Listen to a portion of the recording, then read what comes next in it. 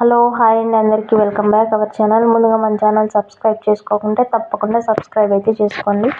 AP రాష్ట్ర వ్యాప్తంగా దివ్యాంగులు లేదా వికలాంగులు వీరిలో కొంతమందికి అయితే బ్యాడ్ న్యూస్ అనే చెప్పవచ్చు. ఎందుకంటే చాలామంది నకిలీ డాక్యుమెంట్స్ సృష్టించి, అంటే దొంగగా డాక్టర్లతో కానివ్వండి, లేకపోతే వేరే సర్టిఫికేట్స్ కానివ్వండి, చాలామంది అయితే పెన్షన్ అయితే తీసుకుంటున్నారు.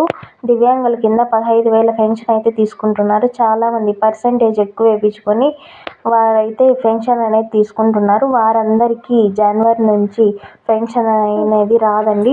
సో కాబట్టి ఎవరైతే ఇట్లా నకిలీ డాక్యుమెంట్స్ క్రియేట్ చేసి తీసుకుంటున్నారో వారు ప్రభుత్వానికి చెప్పేయండి. లేకపోతే తిరిగి మీరు ఎంత తీసుకున్నారో అంత సొమ్ము అయితే ప్రభుత్వానికి వాపస్ చేయాలి. లేకపోతే ప్రభుత్వం మేము చెల్లించుకుంటాము అని చెప్పారు. సో కాబట్టి డాక్యుమెంట్ అనేది వెరిఫికేషన్ అయితే జనవరిలో స్టార్ట్ కానుంది.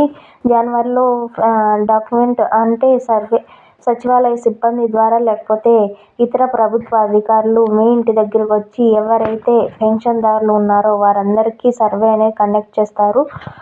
ఎవరైతే డూప్లికేట్ డాక్యుమెంట్స్ ఉన్నాయో వారికైతే కఠిన చర్యలు తీసుకుంటామని చెప్పారు. సో కాబట్టి ఇప్పుడు దివ్యాంగుల కింద పెన్షన్ 15,000 ఎవరైతే తీసుకున్నారో వారందరికీ రద్దు చేస్తారు.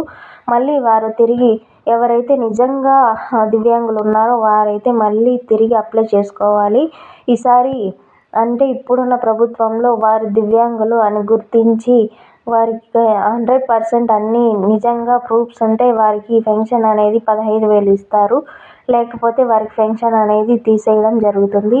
అలాగే వికలాంగులు కూడా అంటే కొంచెం బాగాలేకుంటేనో కొంచెం చాలామందికి బాగుండి కూడా మేము వికలాంగులమని పెన్షన్ అయితే 6,000 తీసుకుంటూ ఉన్నారు. అలా తీసుకోకుండా ఉండాలి అని అంటే చాలామంది ఇప్పుడైతే ఫేక్ డాక్యుమెంట్స్ క్రియేట్ చేసి వారు తీసుకుంటున్నారు.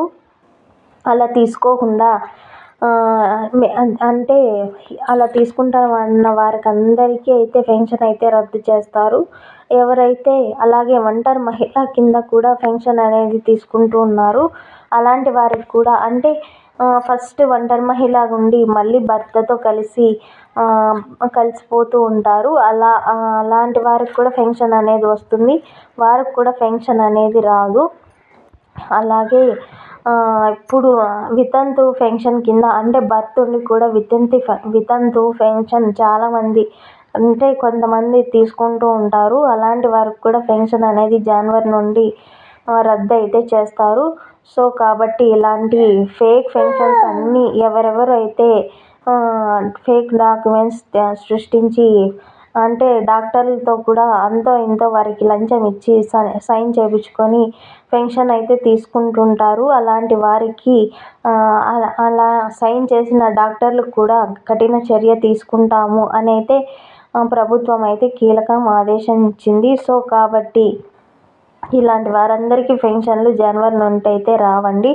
తరువాత 2 నెలల పెన్షన్ ఒక్కటేసారి ఇస్తారు. అది అక్టోబర్లో ఎవరైతే వితంతు పెన్షన్ అప్లై చేసి ఉంటారో, ఎవరైతే భర్త లేదా భార్య చనిపోయి ఉంటారో, అంటే భర్త చనిపోతే ఏ వయసు వరకైనా పెన్షన్ వస్తుంది కదండి, అది అక్టోబర్ నెలలో ఎవరైతే అప్లై చేసి ఉంటారో వారికి అంటే నవంబర్ నెలలో వెరిఫికేషన్ అనేది జరుగుతుంది.